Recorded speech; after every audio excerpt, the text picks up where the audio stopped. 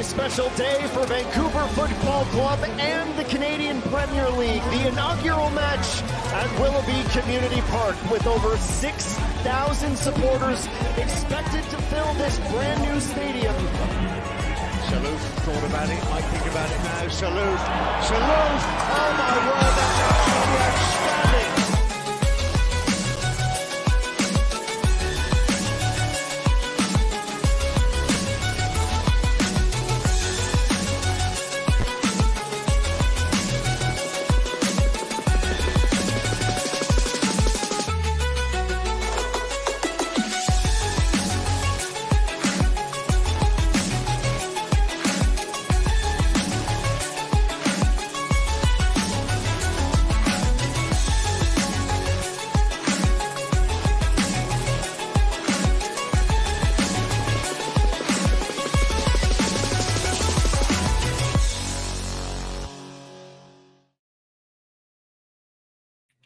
Hello, everybody. Welcome to the CPL Newsroom presented by Volkswagen. My name is Christian Jack. Week 4 in the Canadian Premier League is in the books, and what a week it was. A week that reignited the season with some incredible standout goals and saves on Friday and Saturday in particular, before Vancouver Football Club welcomed over 6,000 into their new home as they played their first ever home match in the Canadian Premier League in a 1-1 draw against Cavalry on Sunday afternoon at the Langley Events Centre. Here's the results from the weekend. On Friday, we kicked off at York Lions Stadium, where Forge in a Terran Campbell goal won by 1-0. It was scoreless in Winnipeg as Valor and Halifax continued their unbeaten run to start the season.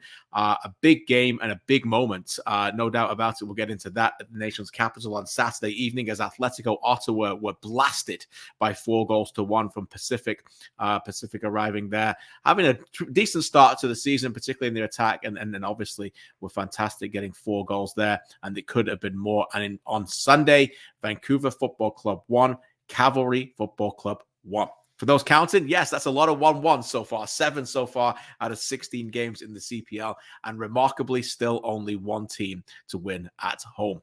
We start our newsroom recap with Sunday's game in Langley and the birth of a new home in the Canadian Premier League.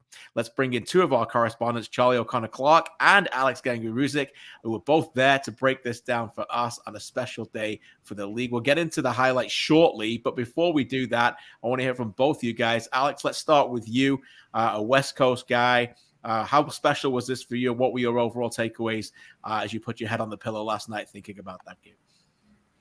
Yeah, I mean, it was a day that was certainly a while in the making, and I think it ended up delivering in terms of just the overall experience and atmosphere. I think it was something where, you know, just when you heard that the crowd was going to be sold out, that was obviously a huge plus. And I think you look at, you know, a lot of the deliverables. I mean, just the supporter section, seeing a packed, you know, grandstand of 1,000 people, the TIFO.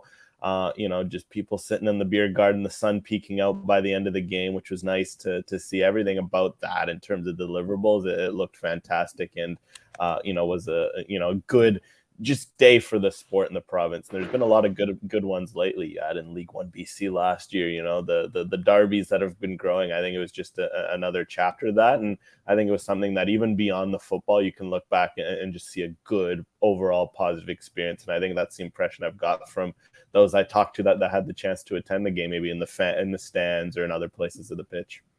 Yeah, a really positive environment. Again, we'll get on the pitch in a second, but Charlie, you were there as well for us. What were your overall takings from the game? And as AGR said, just a special moment for the entire region.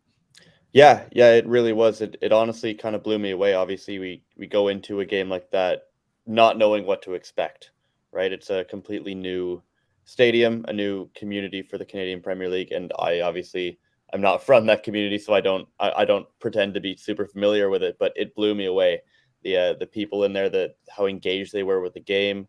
There were a lot of, I think I counted like something like 20 different local club jerseys in the crowd, of just as so many kind of kids and families that were there, of kids that are now seeing a professional club kind of on their doorstep, for this sort of these communities that are near Langley.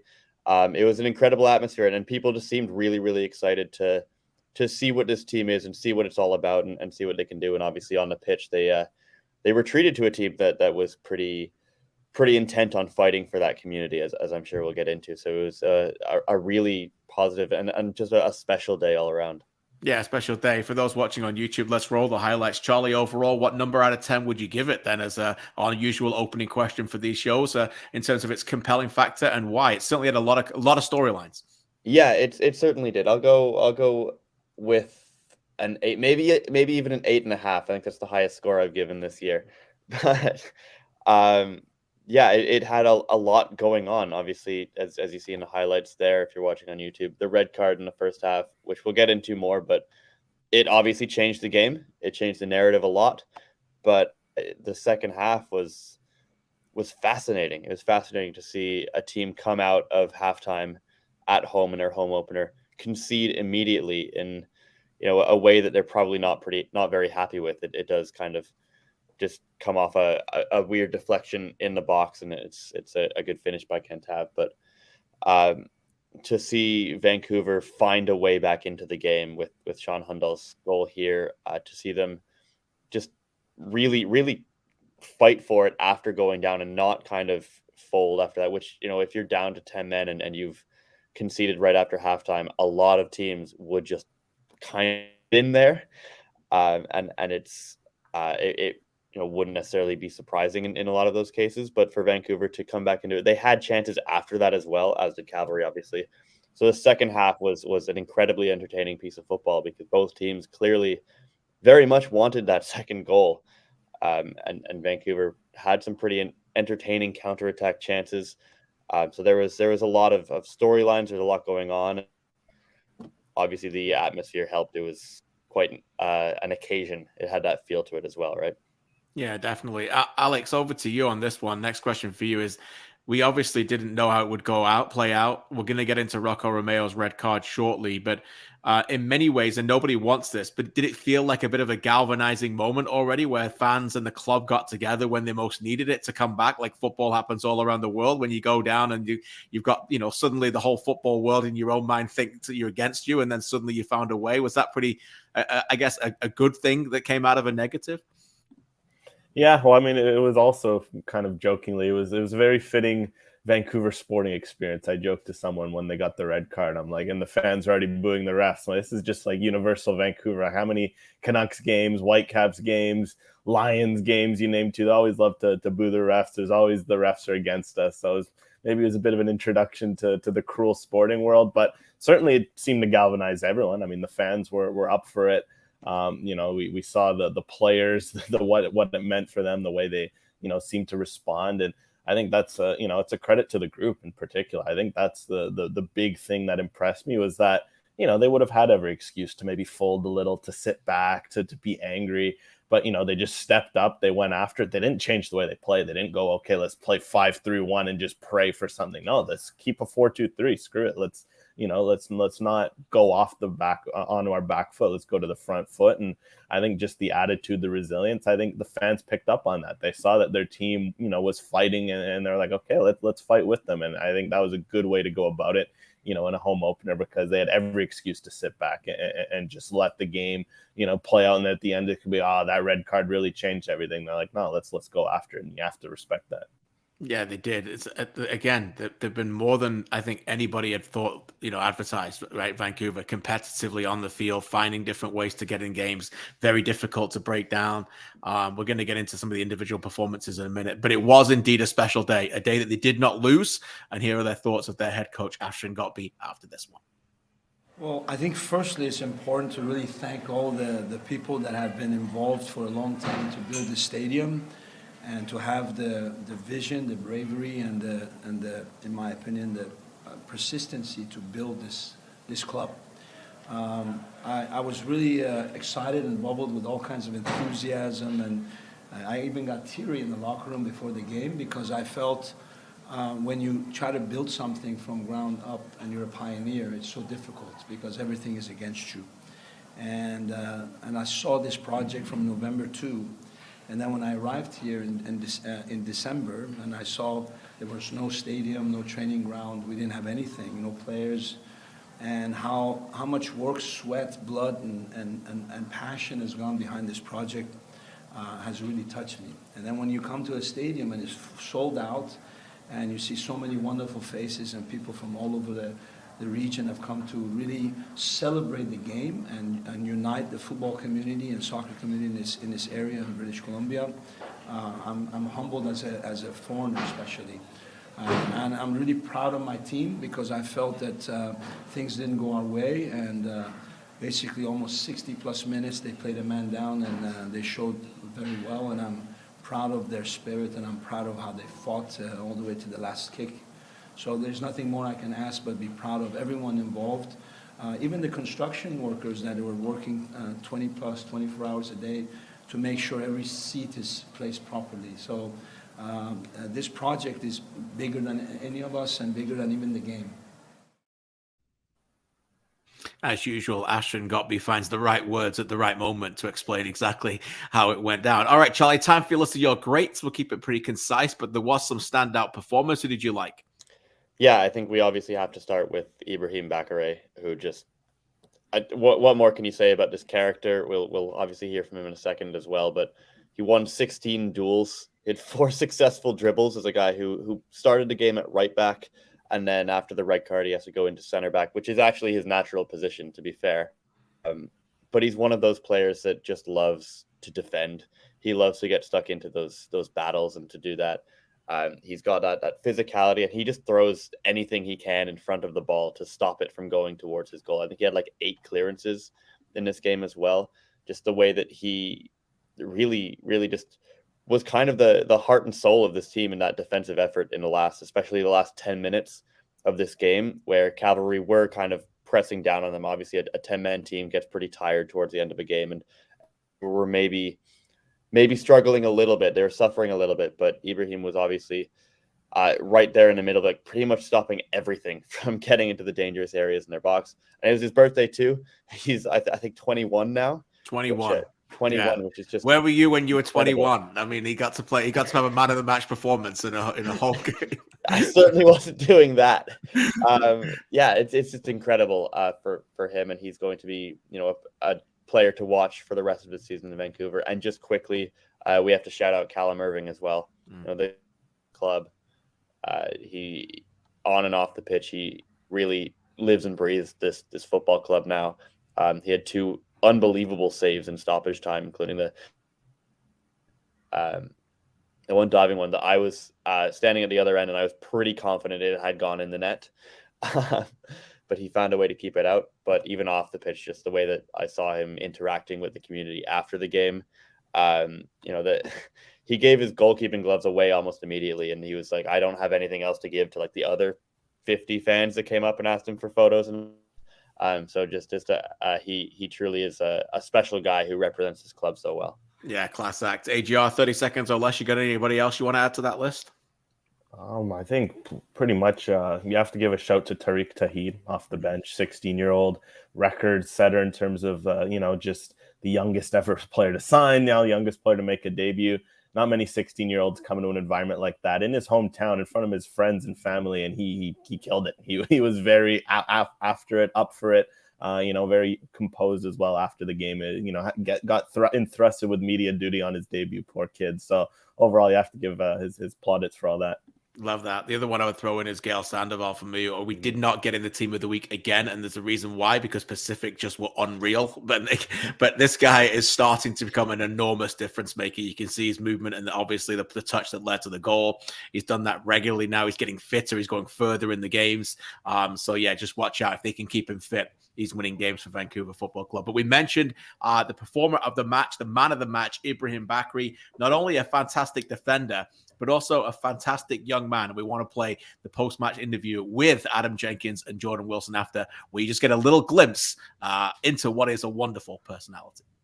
Bakare joining us now. Ibrahim, congratulations. I know you guys would have dreamt of a victory, but talk us through the fight from you and your teammates after going down a man and putting on a show for the very first time here in Langley. I know, man. It was big. Honestly, it was big. This was massive for us, man. We thought that we went down early, and it was an uphill battle from then on. But we looked around the stadium, and we filled the stadium, and we can't just afford when things go wrong. We can't just afford when things go wrong to curl up and let us go down. every single one of these fans pay for their ticket. The staff's done so much. The team's worked so hard. So we can't afford to just go down when things don't go our way. But yeah, from them, we're just more motivated. Everyone gave in 110%, and we were more than happy to just fight the battle, you know. It's unlucky we didn't win, but we had the draw, and that's more than anything, especially with 10 men against a good Cavalry side. So we just looked around and we had our 11th man on the field, our 12th man on the field, all the staff, all the fans, and it just meant a lot for us, you know. This is what football's about. When things don't go right, it's just giving it 110% and making sure we do well.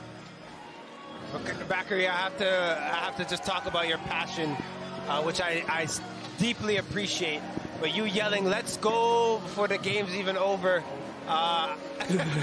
Just so much passion filled this team. How do you feel that you started the match at right back and you had to play center back towards the end? To be fair, I thought like I had a good start right back, and I thought that me and Gabby were getting up well and just going forward well. But you know, I'm naturally a centre back, but I have no problem playing right back. The gaffer believes in me, and he's kind of worked with me over the few weeks playing right back, and he knows that I can go forward. He knows that I can attack, and he knows that I can also defend. So for me, it was a swift transition. You know, I don't think Rocco deserved to come off, but we just had to deal with it. And me slotting him back at centre back, I felt it was natural, it was normal for me. So it's good that I'm able to play both positions and do them as best as I can. You know, and just do it for the team. What I've seen from you so far, Bakare, in the first 4 games, is that, yeah, you're young and you're new to the league, but you seem like a leader. Is this something that you're taking on your shoulders, a role? I know there's Rocco Romeo in the back, but do you look at yourself as a leader for this squad? Yeah, no, 100%. We've got a young team. So there's no chance for anyone to kind of just show their age. We've all got to step up and kind of take responsibility and behave like a man, you know, because there's so many people around us, there's so many people with expectations and people doubting us, so we can't afford to just, you know, say that, oh, we're a young team, we're an expansion team, we're doubtful, no, everyone rules us out. We can't afford to do that. So me as a passionate player, you know, I'll give everything for this team, for this Baz, this Vancouver, for Rob, for all the staff members, for everyone that's tried for us. That's the least we can do, you know. And just when you see the younger players, I'm a young player myself, but when you see the younger players like me and Tyler on the pitch, you can't afford to kind of just show your age, because teams will suss that out. Teams will smell that you're young and that you're scared of the game, so we can't afford to do that.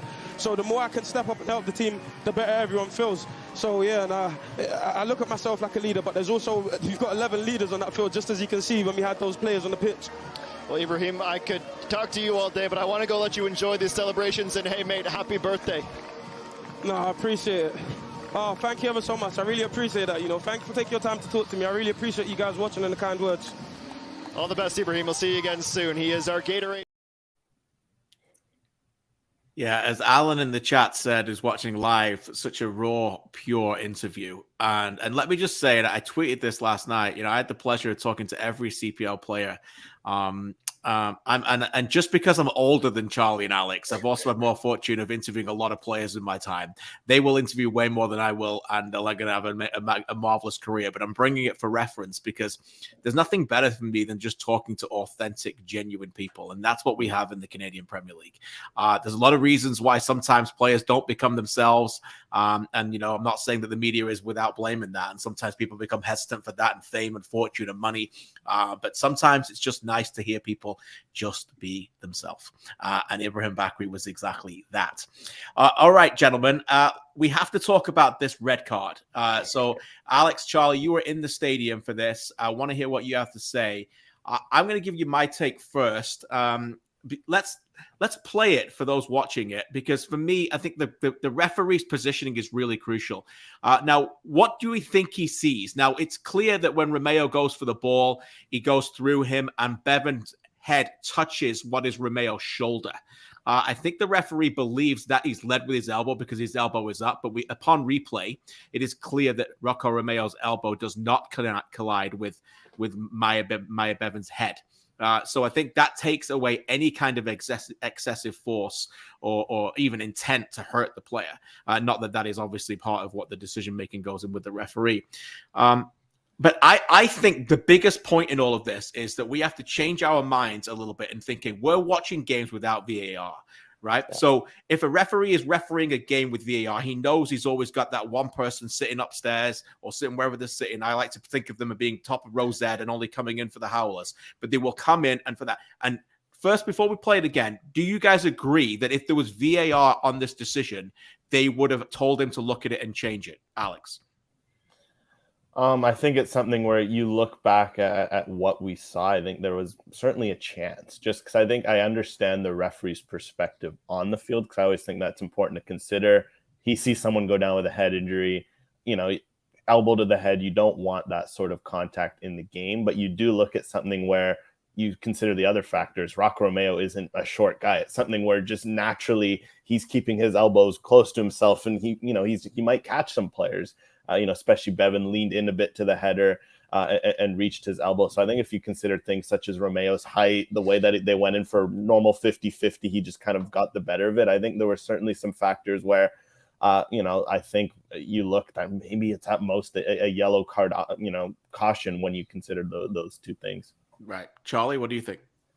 Yeah. I think VAR would definitely have him take a look at it. I think for me, the thing here that most frustrating is how, we saw in the replay that the play happens, the tackle happens, the referee runs up and shows the red card immediately. Yeah. When I understand maybe from where the referee is, the angle and the way that Rocco's arm kind of comes up after the contact, maybe at full speed, you initially think that he'd led with that elbow. He didn't, but I can understand maybe from the referee's angle. But the assistant referee is closer and on the other side of that, right? And if you think that might be the case, that might have been what happened in a game like this, in any game really, you have to understand, especially in the first match, making that call is going to change this game. And I think you need to maybe take a second, talk to that assistant referee, see what they saw, and then if you still believe that, sure, you can make that call. But it frustrates me how quickly that was made, because at the end of the day, it was definitely not initially thought had happened, right? This is the point I've got exactly the same. This is the concern I have with all of this. Okay, if they still felt that this was excessive force, I would like them to come together and talk about it, right? Yeah. So the moment from the moment the whistle was blown to the moment the red card came out was 3.5 seconds. Exactly. Okay, 3.5 seconds, right? 3.5 seconds to change a game where if you play it again, you'll see where the referee is and you see where the assistant referee is. And the assistant referee may well have verbally cued to say that's a red card. And if that's the case, then that's the case. But we'd like to know that. But when you play it again and we see the clip, if you're watching on thing, for me, it's very important that they come together and make that decision. First of all, officials are also told to take care of the welfare of the injured player first before making a decision. And I think that should have been the first point of contact right away. But in a world where VAR is not happening, it is the onus for the protection of the game for officials to come together and make sure they get the right decision. Now, if he goes and talks to the assistant and then still gives the red card, for me, that is clear. Then okay, there's nothing to argue about. I just have an issue with the 3.5 seconds. For me, is that take the time to go speak to your official, and then I think that in the world of without VAR is important. Then there's clarity. Then players, coaches, media members, fans, we can all say they took the time to make the decision, and then they come up with a big decision. It's no different than what we're seeing right now in the world of rugby, and a lot of people come together. I want you to come together, and if you're going to make a change of a decision as big as that, I want you to talk to people to see it. It's particularly when an official is very close to it, and you're a lot further away. Is that fair, Alex? Yeah, I think it's fair, certainly, especially when you don't have VAR to take the time to make decisions. I think that's something that's crucial.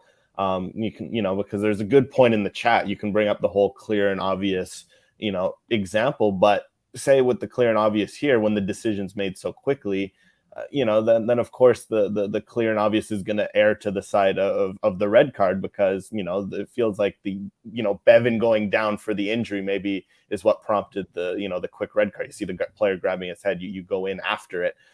So yeah, I do think anytime you're for any sort of decision of this magnitude, you certainly want to take your time and make sure it is the right decision. Because it felt like in a snap moment when I saw it, I was like, that was a yellow. And the fact that before I'd even had the chance to process that a red card was out, it's kind of like, okay, geez. So that was very quick. That happens rapidly.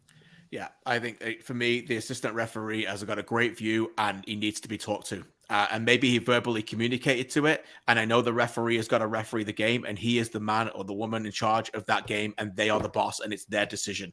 I get it. But nobody can tell me that 3.5 seconds is the right amount of time to get to make a decision in the magnitude of a professional sporting environment with any decision. You are clearly making a decision that makes an enormous change to a match, and I would like you to talk to the assistant referee. That I think that is very fair. Last point on this game, we've got to move on. We've been on this game a lot. Is Cavalry. This has not been a great start for them, Charlie. What did you think about seeing them live? They dominated the game in terms of possession even before it was a 10-on-11. But again, they don't win. What were your thoughts seeing them? Yeah, I think this is a very, very frustrating one, and they seemed quite not win this game. Obviously Vancouver are the main story in this game, but for Cavalry to have so much of the ball, I think it was like 70% possession by the end of it, and to not score more than one goal is incredibly frustrating. Now, that said, if Callum Irving doesn't make one of those incredible saves in stoppage time, then maybe we're speaking quite differently about Cavalry this morning. But there's definitely still that maybe inefficiency, because they still got that dynamic play on the wings with Kentav and Musi. Meyer Bevan is great at stretching a defense out, but they just maybe aren't finding that final little connection for some reason. And I think they have to be quite frustrated that they're not turning draws into wins. They're scoring first a lot. They're scoring, but they're not seeing games out. Particularly how close the table is, right? Like it's just if they win one of those games, suddenly they're further up, right? Exactly. That's key. Let's go back to Langley and hear from their goal scorer, Cavalry FC's Mickey Kentav. In terms of game, I think we did what we worked on and what we needed to do. It was just the final execution, put the ball in the back of the net. I think we had enough chances that were created. We just couldn't put the second one in, which is something that we've been also struggling. But we look to keep working on that, move forward, and the positive is that we still haven't lost a season. We know what direction we need to go, and we're still confident that we're going to be a good team this year and top. So. Still confident, and you can see why. I mean, it's still very difficult to break down. There's still got game changers and players to come back. Significant injuries on that team as well. AGR, we thank you for your time, my friend. Great to see that you were there. You should be there. And we'll speak to you again next week. Thanks for your time. And of course, you can read AGR's analysis on the game at campl.ca. We're keeping Charlie around because Charlie and I on Friday were at York Lions Stadium as York United took on Forge. That's right. Charlie was East and then West. Let's get into this one, Charlie, as we play the highlights for those watching live on YouTube. Overall, what number out of 10 would you give this contest in terms of its compelling factor and why? If I give Vancouver and Cavalry an 8.5, I think I'll have to go with like a 6 here. But that's not to say it was a bad game. It was compelling in terms of storylines and what happened in it. Obviously, it's a very strange one where Mo Babuli gets hurt in warm up and he comes out of the lineup for York. Forge it was in some ways similar to their win at Pacific the week before, where they score in the first half and then they're able to just kind of smother their opponent in the second half and see the win out for 1-0. And York, really, really throwing the kitchen sink at the goal in the second half, but that final ball just not really falling for them as it kind of hasn't all year so far. Yeah, it was a struggle for York, no doubt about it. And again, Martin Nash, almost singing from the same hymn sheet again after the game, just taking the attitude of we're just getting the chances, we're just not putting them away. And you can see why. We were both there. They did enough, I think, to stay in the game. Tristan Henry was marvelous. 2 fantastic saves. One in the first half. From a dynamic save from a header from Ozazi Di Rosario, and one in the second half was almost as good as well from Kevin Dos Santos. Ashton Morgan would later receive the first red card of the season. Not only we just went over the red card to Rocco Romeo, but Ashton Morgan got a red card later in the game. It was a feisty one as well. Time for the list of greats, Charlie. Who stood out above the rest here for you? Obviously you mentioned Tristan Henry, and he had a lot to do in this game, especially in the second half. Some great saves, and he commanded his box quite well, as he usually does. I singled out Tristan Borges after the game. I think he had like 4 shots and created 5 chances, which is a lot. But I think for me, what he did best in this game was he broke up the transition a lot. Bobby Smirniotis had him playing in midfield for this game, kind of just inside on the right in this sort of 4-1-4-1 sort of structure. And he won possession 8 times. He is not thought of as, he's not generally a player you think of as this kind of defensive presence, but he was winning the ball. He was cutting off passing lanes. He was engaged in cutting off the transition and stopping York from moving the ball forward quickly. So I was very impressed by his role in this game. And then just the other one quickly is Maliko Walabi-Bellewu, who's playing out of position for the second time this year at left back. And he was quite good. He was able to advance the ball. He won 10 duels in this game, which is a lot as well, because York did try and play down that side quite a bit. And he obviously has that skill set of a natural center back, but he's also got a little bit of the pace and the comfort on the ball to advance it forward and to play with Wubens Pacius right in front of him on that left wing in this game. So that was a bit of a good interchange. Yeah, it is back-to-back 1-0 wins for Forge. That's the first time they've done that in any games back-to-back since 2019. Their best start to a CPL season. Yes, that's right. The 3-time champs in 4 seasons. This is their best start to a season, so we'll see what that means of them. It was also a different look again. Afterwards, I had the chance to catch up with their head coach. Here's myself and Bobby Smirniotis.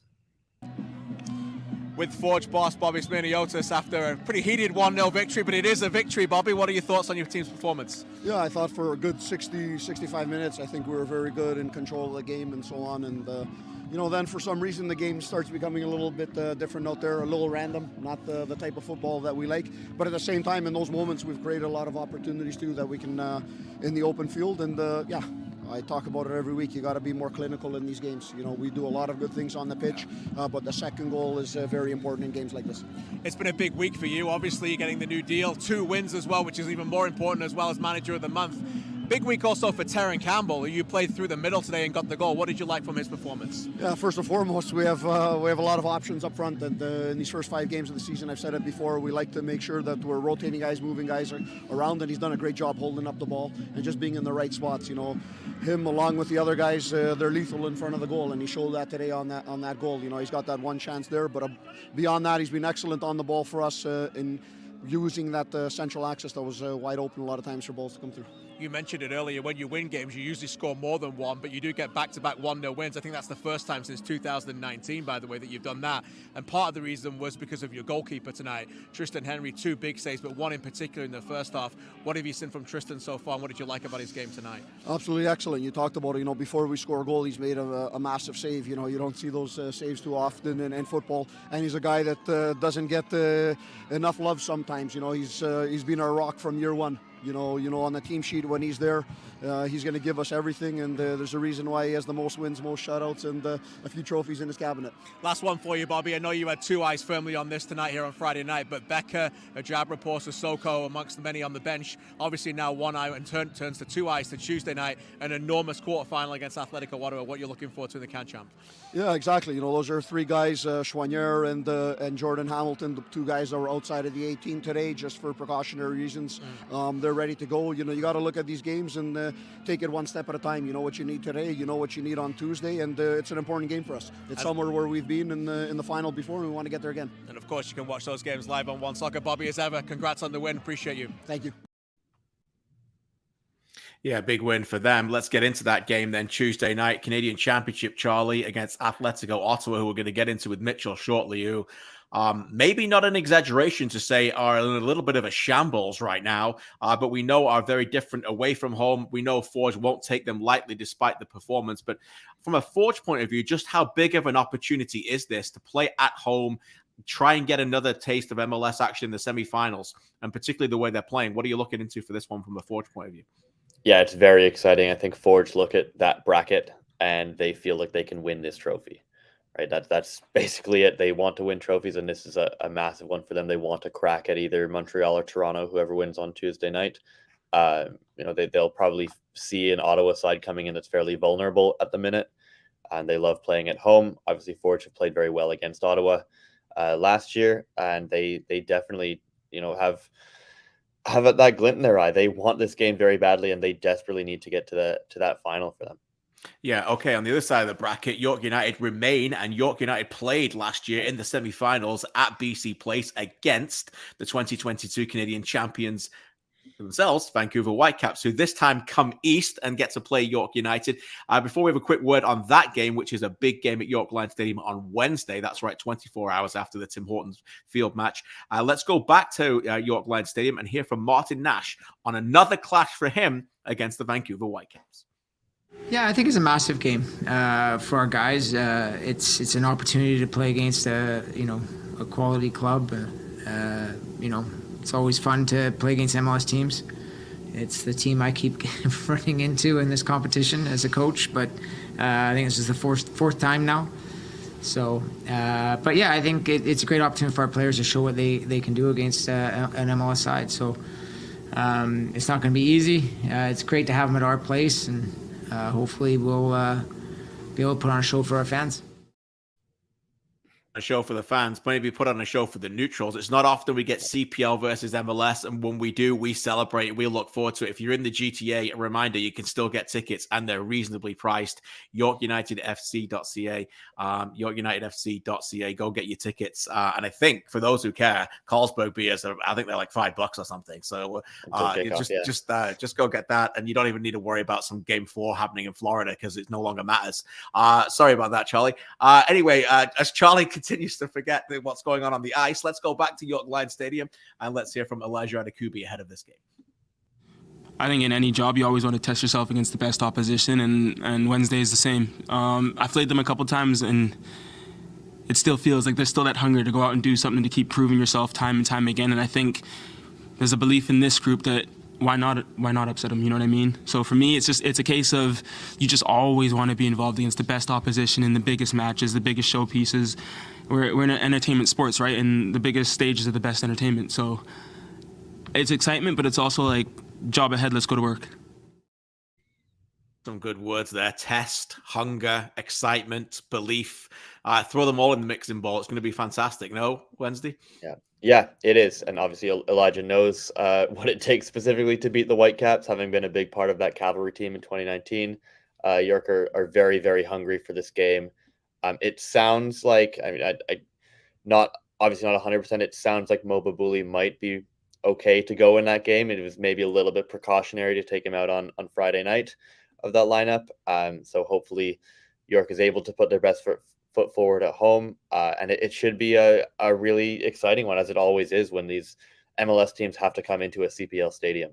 Yeah, it should be great. Charlie will be there. In the meantime, safe travels home from Vancouver. We'll see you Wednesday night at York Lions Stadium. As usual, can read Charlie's stuff on campl.ca as well. A reminder, the CPL Predictor is back this season, brought to you by our friends at Tony Bet, campl.ca/predictor, where you choose the correct scores and you could win up to $20,000. Tickets to games, it's all there on the site.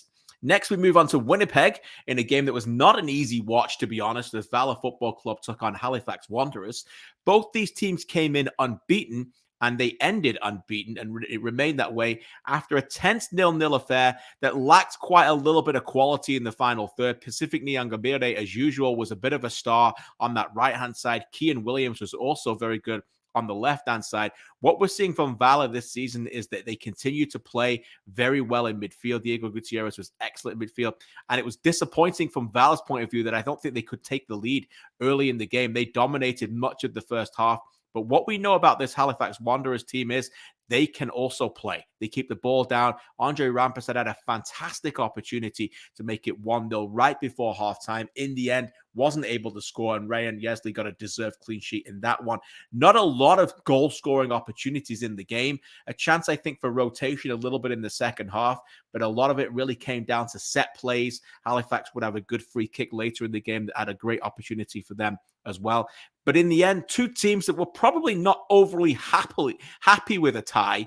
But as I said earlier, it does maintain their unbeaten start. Valor now up to 6 points. They'll be very happy with that through 4 games. Halifax, much like Cavalry, by the way, 4 draws in 4 games so far. So a stalemate in the end at IG Field, and it ended 0-0. For more, let's go back there. Here's some Gaffer reaction. Let's start with Valor first, and their manager, here's Philip Dos Santos. Criteria, decision-making, using teammates better. not trying to do everything alone. Look, not only in the final third, right? I think our spells of possession were very short, probably the shortest we've had this year. So yeah, look, again, I want to keep pushing the guys. I don't want this to be a group where we're happy with, we came out of it, we're undefeated for CPL league games. I want to keep pushing the group, and if we have a day we don't meet our potential, I'm gonna challenge the guys, and we hold each other accountable, and that's the only way the team's gonna grow. We have two very difficult games ahead of us now. Yeah, they're the thoughts of Philip DeSantos. And here is Halifax boss, Patrice Kaiser. I thought we started the game a little bit out of rhythm, but we did create 3 very good chances with Wesley on a breakaway, and Zach had one inside the 18, and Rampy had one the keeper saved. But they had their chances. I really thought in the second half we adjusted and found some more rhythm. I know when I was just looking at the numbers, we outchanced them, we outshot them, and outpossessed them. So those are all great things. I'm really proud of the guys that we got a clean sheet. I thought there were some really outstanding performances. And for me, the biggest thing, Alex, is we started March 1st. We have 15 new players. We're undefeated, and we're getting better every week. And yes, I know we don't have a win, but we're also outpossessed most teams that we played. So it's a step in the right direction. Patrice there, also talking to our very own Alex Gangu-Ruzic. We continue here on the newsroom, presented by Volkswagen, and a standout performance from Pacific FC in the nation's capital is now next on our menu. For that, we bring in Mitchell Tierney, who often gets the standout games, which we love. And Mitch, it doesn't get much better than watching a team in free-flowing action the way we watched Pacific on Saturday night. They were marvelous. Overall, what did that help you contribute to finding your number out of 10 in terms of giving this one a compelling factor, and why? Yeah, I'll go 9 out of 10. I think that, I went back and forth on this because obviously it was very one-sided, but it was the most dominant performance we've seen to date this season from a CPL side, and probably in quite a while. I mean, certainly the best first half we've seen in, ages, as they absolutely took it to Pacific from basically the opening whistle, 2 goals inside the first 10 minutes. And, one of the best goals we've seen so far in the league this season. And the last 2 matches the Pacific have played against Ottawa, in the playoffs last year, they had a plethora of chances but weren't able to convert them. It's kind of been the story of their season so far prior to this match. So in a lot of ways, this must have just been an incredibly cathartic experience for them. And as for Atletico Ottawa, each week we have more questions about them and less answers. So I'm sure we'll get into them in a bit. But this was certainly a statement performance from Pacific, as you said. Yeah, statement performance and the birth of a star in the league in Ayman Salouf, who obviously scored one of the goals of the season that many people saw on social media. If you've not checked that out, please do. Could have had an Olympico in the second half. Amir Didic just tapping in a corner as well to make it 4-1, which I think for the neutral was probably a goal that put a lot of our smiles on our faces, because they deserved to win the game by at least 3. They could have been up 5-0 at halftime. Gennaro Daniels missed an absolute sitter, another glorious opportunity from Sean Young's head as well. So, Mitchell, what statement is more accurate? Pacific were brilliant, or Atletico Ottawa were awful? I'll go with Pacific were brilliant. I think that they were able to break down Ottawa in so many different ways. I mean, you look at the different goals. The first one, hard work rate to win the ball. The second one, good combination play, an individual effort of, incredible standard. On the third goal, they score a set piece goal. On the fourth goal, like you said, they could have had others. No, Ottawa weren't great, but I don't want to take too much credit away from Pacific here. And one thing James Merriman said after the match was he encouraged his players to have fun in the final third. And I think we saw that. They had all kinds of fun with, little skills and flicks and just the way they were playing together. So I want to give Pacific as much credit as they deserve, because this was an outstanding performance regardless of who was in front of them. Thought you might go there. One of the many reasons we love having you on is that you always lean on the positivity, Mitch. That's fine for us. Talking of positives and negatives, a tale of two sides. Let's hear from the gaffers. Let's start with James Merriman, the winner, the first winner, by the way, in CPL history of a game ending 4-1 away from home. That went to Pacific and James Merriman. We executed everything that we've been speaking about the last week.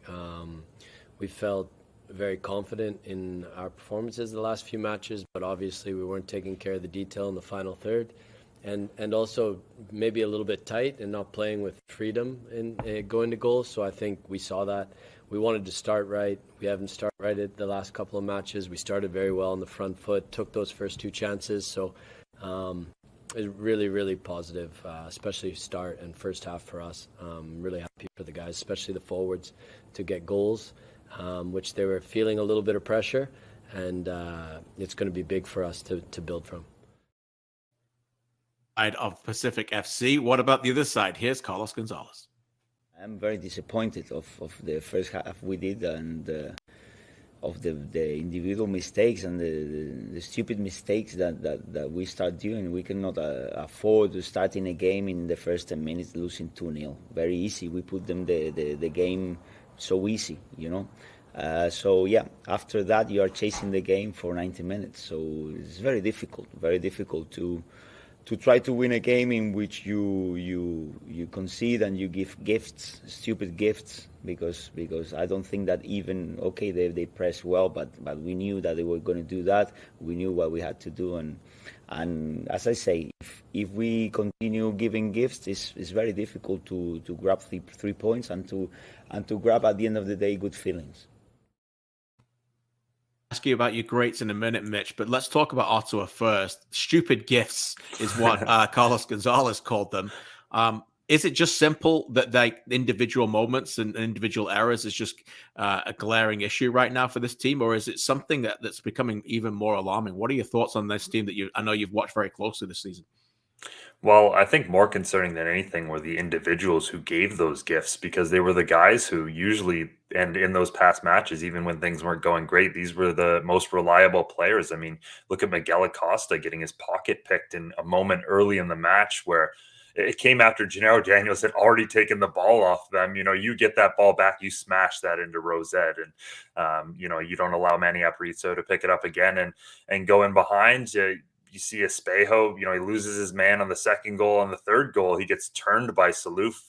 When Saluf fakes a shot from, you know, whatever distance he was at when he initially goes with that, that's not a usual thing you'd see from a defender like Diego Espejo. So, you know, that's obviously concerning. They had 2.1 expected goals they conceded through the first 3 matches. They conceded 2.69 in this match alone. And yeah, I mean, there was a lot of comparisons made post-match to that 6-1 against Valor a couple of years ago as kind of an isolated match. And in some ways, this was isolated because this was far and away the worst defensive effort we'd seen from them, as the numbers I said indicated. But they had 6 points rather going into that match a year ago. They have 2 points in the bank right now. Like there is much more concern at this point in the season for them. And I think the biggest one, you know, is the fact that they just keep giving up those early goals. Like Carlos said, those stupid gifts that is just takes away from the way they want to play. They want to, you know, be able to play defensively, and you know, they have to open up if they're allowing those early goals. And not only that, the other team doesn't have to open up at all because there's no reason to. They already have the lead, so there's no spaces in behind. So yeah, there's just so much to be concerned about for this Ottawa team right now. Yeah, the midfield isn't working anywhere near as effectively in possession either. All right, time for the list of greats. Who is on top of the list here for you, Mitch? Pretty much anyone that wore a Pacific shirt, but specifically, I think it has to be Ayman Saluf, who, like you said, a star is born performance from him. And we got a little taste, the 20th minute. You know, he dribbles through, I think, 5 Ottawa players, and it's like, oh boy, this guy. They just chopped him down, didn't they? Exactly, yeah. And that happened a few times in this game where, you know, once they figured out, oh boy, we have to stop this guy by any means. But then obviously he scores that goal. He leads the league right now with 5.44 successful dribbles per match, which is an absurd rate. You know, he sets up another goal with, again, Didic converts that at a 0.97 expected goal. So that shows how much it was in the net by the time Didic gets a touch on it.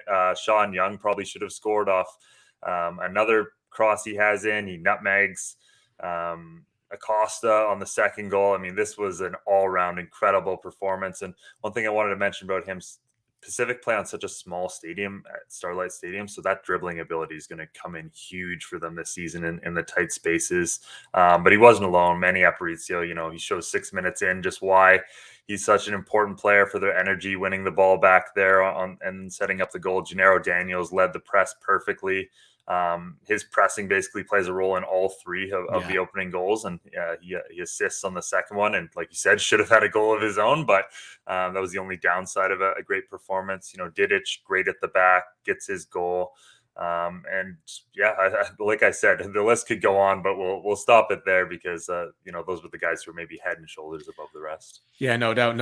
I think 6 players in the team of the week this week, which is a record. I think beating Vancouver Football Club's 5 from a couple of weeks ago as well. As for Pacific, they return home where they played a lot of football already. Mitchell, they have a huge game. TSS Rovers in the Canadian Championship. It feels like it's opening up for them to host another big semi-final, but you never want to look too far ahead. That's certainly the message from James Merrin. Is that certainly what you expect from them now, is to make sure they don't have this letdown in what is a game most people expect them to win? Yeah, I think so. And I think for Pacific, with a couple of the guys they'll have in that locker room, Josh Hurd, those guys who were there in 2021 when they beat the Whitecaps, when they were in a similar situation to where the Rovers are now, coming in with all that motivation to show what they can do against a higher level side. I think that those guys will be so critical to settle everyone down and be like, listen, we can't take these guys lightly because we've been there. We know what they're feeling. We know that they want to come in here and they have absolutely nothing to lose. So I think that that's a point in their favor. And I think that that's really what's critical right now, is just turn over quickly, get on to the next one, put that match behind you and try and repeat that performance as much as possible. Yeah, it feels nice, though. It's another historic game out on the West Coast in BC after what we just seen on the weekend. Again, we get a little bit, TSS had their moment against Valor. Now they get their moment against Pacific as well. That's what football culture is about. That's what we're striving to create here with soccer in this country. And it's great. It's Cup week again, and you can watch all these games as usual live on One Soccer. Mitch, we appreciate you as ever. Enjoy the games this week, and we'll chat next week. Sounds good. Sounds good as well. Thank you. This week, as I said, Canadian Championship is back on Tuesday. 2 games kicking off at 7 o'clock Eastern, both live on One Soccer. Toronto FC take on CF Montreal. On that side of the bracket, the winner of that will take on Atletico Ottawa at Forge. That game is being played at Tim Hortons Field. They're both on Tuesday at 7 o'clock live on One Soccer. And on Wednesday at York Lions Stadium, York United host Vancouver Whitecaps in a quarterfinal clash. The winner of that will then go and play at Pacific or TSS Rovers. What a game that will be as well. You can watch both those games, a live doubleheader on Wednesday evening. The story of TSS Rovers is quite remarkable. We alluded to it before. They beat Valor in the preliminary round, and their story is going to be, again, put on CanPL.ca this week by our own Benedict Rhodes, who did a great job of this. It's a story that is really, I think, unique, because right now, not many people expected them to get where they are. Club, obviously well owned by the people as well. And also, again, a first, for ability to win a game out of the League One system, to beat a team in the CPL. That's going to happen a lot if this culture in this sport continues for many years, and we certainly hope that it will be. But TSS Rovers will always be the first one. Recently, we got a chance with a chat with their head coach, Will Cromack, who is a great personality, and here's what he has to say about the club as they get set for another big game and a big test against CPL opposition. I said they're insane. I mean, my man, we've, 3 years ago, we didn't have youth teams in proper leagues. We've been around. We want to be included. We have been included. We decided to spend our own money to drive buses with young kids up and down the coast. It's fun. It was great. It was developmental. It was all the things that you should be and could be. It's fantastic competition. but it wasn't localized, and it wasn't, we're going to play the guys across the bridge tomorrow and whatnot. So there was no sort of fanfare around developing our own. So, it's kind of insane. I mean, we literally went to the pub, and it's real. We went to a Tragically Hip concert as a bunch of old guys and decided that we were going to build a soccer club and hoped one day we'd be able to compete in the Voyageurs Cup. And we did it. And I don't know how, and I don't know why it all came true, but I'm real thankful it did. And I'm particularly proud of the guys that were sitting having that beer and stuck with it, because it takes a long time to build something, and you take a lot of hits, emotionally, physically, financially, and yeah, we did it, man. You did it, Will. You did it, Will. No doubt about it. And that is a story. That is a remarkable story within the sport. And if you're listening to this right now or watching this live, you love the sport. And it may get lost. It may not get the Twitter likes and the anonymous sources talking about it and the headline stories and a lot of noise that's going around Canada soccer right now. But this is sport. This is what it's all about. The ability for Will and his buddies to go to a bar and pub and a concert and dream and create something. And within 3 or 4 years, see it come to fruition and playing in the Canadian Championship and winning. That is special. That is what we've been dreaming about creating in this country for a very long time. And let's hope more and more people continue to see that and report on that. It's also special for players. There's a lot of players in the CPL that are excited about the Canadian Championship. And not every player gets to stay in the CPL. That is just the way that the world is. That's the way the football world is, the pyramids. You go up and you go down. One of those players is Matteo Polisi, who's playing the CPL and was playing for Pacific when they won the title in 2021 and, of course, last year. He is now on TSS Rovers. He was the hero against Valor, and he still believes he can play at the CPL. This gives him another opportunity to test himself at that level. Yeah, that will be special. Obviously, it will be my first time returning to Starlight Stadium. I used to have those fans cheer for me, but now I'm going to be in the opposition. It'll be special, obviously, for me personally playing my old team. I think, it'll be special. Obviously, things didn't work out the way I wanted to, but I'm extremely grateful for the opportunity I had with Pacific for 2 years, and obviously I think I have something to prove over there, and I just want to go out there and have a good game and win. Honestly, I think we have belief that we can win. We know we're the underdogs, obviously, and we're not favorites, but I mean, we've done it once. Why can't we keep doing it? Why not? Indeed. That's the story of TSS Rovers. 10:30 Eastern, 7:30 local. Go out there and support those teams in a big quarterfinal clash out there on the West Coast. The fourth of 4 quarterfinals this week, taking place on Tuesday and Wednesday in the Canadian Championship. And for more on that remarkable story, check out Benedict Rhodes' wonderful account of TSS Rovers on CanPL.ca.